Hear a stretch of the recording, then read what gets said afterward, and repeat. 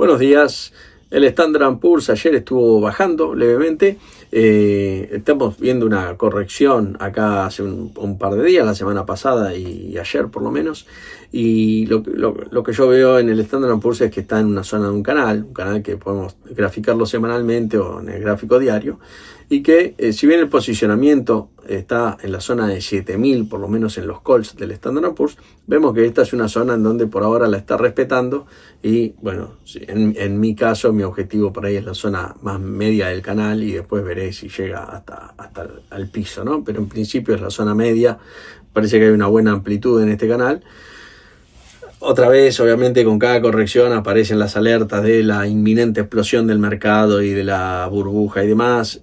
Y acá, bueno, como siempre, es importante que siempre que las burbujas explotan es porque las condiciones financieras se tensan. Eso es así, porque una burbuja no explota por cansancio, digamos. Los mercados no explotan por cansancio, explotan porque están flojos, digamos, de papeles, las condiciones financieras se ponen más tensas, se ponen más, ¿no? Se suben las tasas, se generan tensiones y eso desencadena en un problema generalmente de crédito que genera que explote una burbuja y todo se va al garete.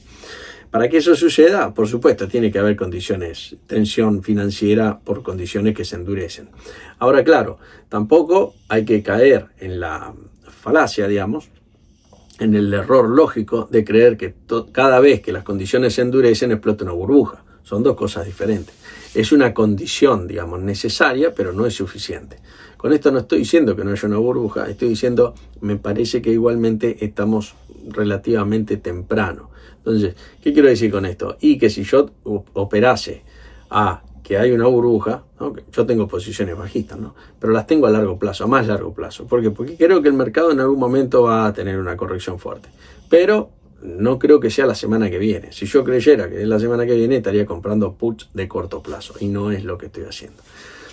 Por supuesto que esa es mi opinión, ¿no? Cada uno puede hacer. Lo que digo es que a veces ese miedo, ese es inminente, la explosión, te hace comprar básicamente instrumentos que terminas pagando y vendiendo, comprando por miedo. Eso hay que tener cuidado con eso y no dejarse, porque hay muchos estudios ahora estadísticos, como con esto de las redes, cambió mucho. Antes uno leía informes y ahora es todo muy bilateral, todo el mundo comparte y analiza y está perfecto, pero a veces hay algunas cuestiones que te llevan a sobre todo las cuestiones estadísticas, ¿no? Llevan a conclusiones muy capciosas. El Nasdaq quiere operar las 24 horas, en realidad 23 horas, y lo plantean hacer en el 2026, el segundo semestre del 2026. Lo que está viendo el Nasdaq es un tema netamente de negocio, que lo que ve es que se le va a escapar la tortuga por el lado de las cripto. Lo que está pasando con las criptos, por ejemplo, JP Morgan metió el primer fondo tokenizado de money market, ¿no? Entonces, claro, lo que ven los mercados es si las acciones que ya existen se empiezan a tokenizar y empiezan a operar a través de las criptomonedas, que opera las 24 horas, en algún punto el mercado nos van a capturar un montón de mercado durante la noche de Estados Unidos, ¿no? Y el mercado la va a ver por la ventana, básicamente. Entonces, antes de que crezca ese monstruo, lo quieren liquidar, permitiendo que el mercado pueda operar las 24 horas casi en el Nasdaq, que entonces no haya necesidad de operar a través de criptos. Igualmente, el desafío del sistema bancario a nivel criptos es muy interesante, o es desafiante, porque las criptos realmente ofrecen una solución mucho más simple que los sistemas bancarios. Entonces, a medida que los sistemas bancarios se ponen más complejos y las criptos más simples, bueno, obviamente que ahí hay un trade-off que por lo menos hay una adopción temprana en mucha gente que lo está usando ya y uno ve que cada vez hay más gente que lo está usando y bueno, y que cada vez que se pone más fácil usar las criptos para todo, para transferencias y demás. Yo creo que la adopción bancaria es una cuestión de tiempo, porque en algún punto incluso hasta los bancos les va a terminar sirviendo.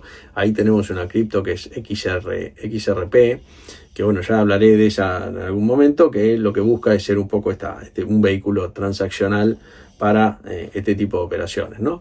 Pero bueno, hoy entre muchas personas, incluso personas que fondean brokers, transacciones, están haciendo cada vez más en criptos. Y esto da la sensación de que va a seguir creciendo, porque los bancos, claro, tienen otras regulaciones, tienen otro formato, tienen otra burocracia, y todo eso son extra costos en todo sentido. Después tenemos la curva de tesoro, de la curva de bonos del tesoro, vemos que se sigue empinando. Si vemos sobre todo un poco de perspectiva lo que viene pasando el mes pasado de esta parte, vemos que hubo un empinamiento de la curva que, como digo, no es algo urgente, eso no es algo que sea inminente, que todo explota, es algo que hay que seguir. Hay que ver qué es lo que pasa con eso y qué decisiones toma la Fed al respecto. Hablando de la Fed, cambió la estadística, digamos, las apuestas en Polymarket, que había una apuesta muy fuerte a que iba a ser Hassett el próximo, ¿no?, gobernador de la Fed, y ahora parece que va a ir Warsh, por lo menos es el que está ahora, que repuntó mucho y Hassett bajó bastante. Eso tiene que ver con las preocupaciones que habíamos visto, sí, que se estaban hablando sobre que podía llegar a ser una Fed que pierda mucha credibilidad si iban agresivamente a bajar tasas y demás, muy condescendiente con el tesoro, ¿no? Después tenemos el Brent por debajo de $60, la primera vez ya desde hace un tiempo que no llega por debajo de 60, respondiendo un poco a estos rumores que hay de otra vez un acuerdo de paz entre Ucrania y Rusia, con lo cual, bueno, es el crudo de referencia que mejor captura todos estos temas geopolíticos, ¿no? El gas natural nuevamente abajo, ayer llegó el contrato de febrero a 3.69, 3.70 operando, es el sexto día consecutivo a la baja.